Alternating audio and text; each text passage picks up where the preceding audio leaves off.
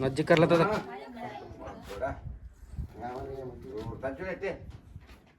పిచ్చుకుందామని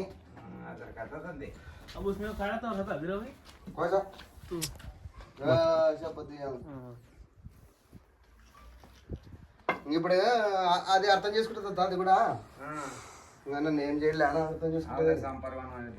సంపరణ కాదు ఇప్పుడు నన్ను కొట్టలే అనుకుంటుంది అనమాట. మధ్య పని వేసిందే